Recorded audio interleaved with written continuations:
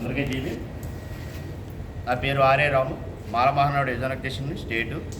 ఈరోజు తూర్పుగోదావరి జిల్లా బొమ్మూరు కలెక్టర్ గారి కార్యాలయానికి వచ్చి దళితుల వార్డులో దళితులతో ఎదుర్కొంటున్న సమస్యలపై, అలాగే నాతో పాటు కాకినాడ పచ్చల కామేశన్న దళిత సత్తా రాష్ట్ర అధ్యక్షులు, అలాగే గుమ్మడి శివ మన అనపర్తి మండలం నుంచి దళిత నాయకులందరూ వచ్చి అందరం కలిసి మా తూర్పుగోదావరి జిల్లాలో జరుగుతున్నప్పుడు దళితుల వార్డులో దళితుల గ్రామంలో ఈదుల్లో సంబంధించి క్లీనింగ్ ఇష్యూ కానీ, లేకపోతే దళితులకు సంబంధించి ఒక మీటర్ పెట్టుకోవాలన్నా, ఒక చిన్న రేగుల చెట్టు వేసుకుని ఇల్లు కట్టుకోవాలంటే ప్లాన్ ఉండాలి, ప్లాన్ లేకపోతామని చెప్పేసి ఈ కరెంట్ అధికారులు చాలా ఇబ్బందులు పెడుతున్నారు.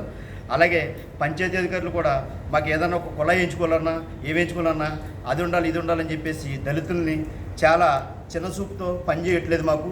అదే ఒక బడాబాబులు ఎవడన్నా కమర్షియల్ రోడ్డు పక్కన కట్టుకుంటే ప్లాన్ లేకపోయినా ఏమి లేకపోయినా మీటర్లు ఇచ్చేస్తున్నారు. అలాగే పంచాయతీ నుంచి అన్ని పరిమితులు ఇచ్చేస్తున్నారు. ఇవన్నీ కూడా ఇల్లీగల్గా ఇస్తున్నారు తప్పించి లీగల్గా వాళ్ళ దగ్గర ఏ డాక్యుమెంట్లు లేవు, అలాగే ప్లాన్ లేదు, ఏమీ లేకుండా అన్నింటికి అందరికీ ఇస్తున్నారు. మా దళితుల విషయం వచ్చినప్పటికీ ఎస్సీ ఎస్టీ బీసీ మైనారిటీలందరికీ చాలా ఇబ్బంది కలిగించి ఇలా అధికారులు వ్యవహరిస్తున్నారు. దీని మీద రాష్ట్ర లెవెల్లో ఆల్రెడీ మేము సీఎం గారి దృష్టిలో కూడా రిజిస్టర్ పోస్ట్ ద్వారా పంపించాం. అలాగే ప్రతి జిల్లాలో ప్రతి నియోజకవర్గంలో కూడా ప్రతి సోమవారం మన ప్రజా సంబంధించిన వేదికలో మన కలెక్టర్ గారికి పిటిషన్ ఇవ్వడానికి నాతో పాటు మా సోదరులందరూ కల్పించాం. ఇదే అధికారులు ఈ వైఖరి మార్చుకొని ప్రతి దళిత కుటుంబానికి ఏదైనా అవసరం వచ్చినా ఆఫీస్కి వస్తే మర్యాద ఇచ్చి పని చేసి పెట్టాలి అని చెప్పేసి దళితులని చెప్పేసి చిన్న చూపు చూసిన అధికారులు ప్రతి అధికారిని వదలమని చెప్పేసి ఈ సమూహంగా చెప్తున్నాం. ఏ అధికారి తప్పు చేసినా సరే లీగల్గానే మేము చర్యలు తీసుకుంటాం. మాకు చట్టం ఉంది, అంబేద్కర్ పెట్టిన రాజ్యాంగం ఉంది. అంబేద్కర్ మా రాజ్యాంగం ప్రకారంగానే మేము రాజ్యాంగం లోపడే మీ మీద మేము యుద్ధం చేస్తామని చెప్పేసి ఈ మొహంగా నేను సమూహంగా చెప్తున్నాను. నా పేరు ఆర్యాను, మాలమహానాడు నాయకుడు.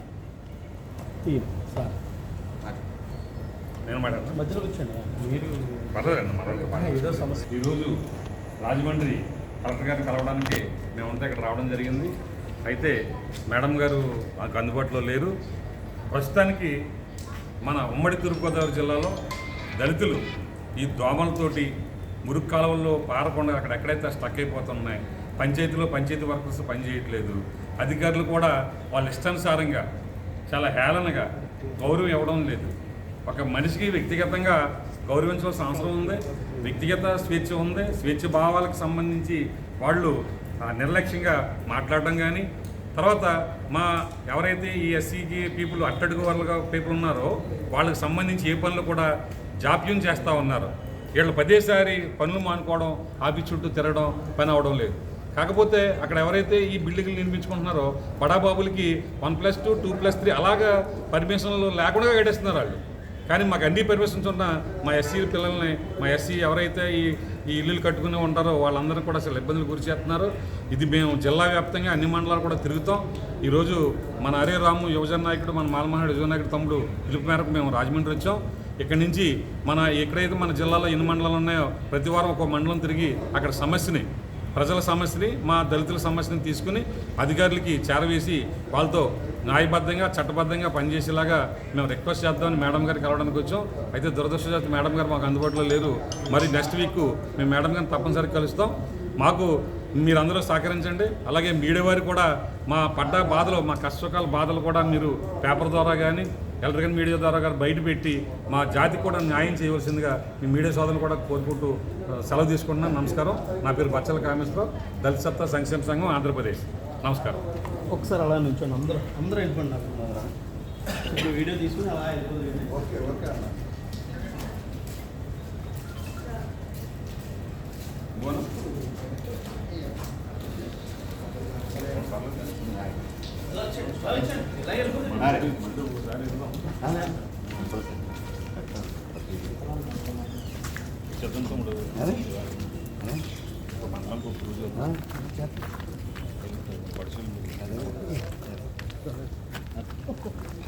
కులొచ్చి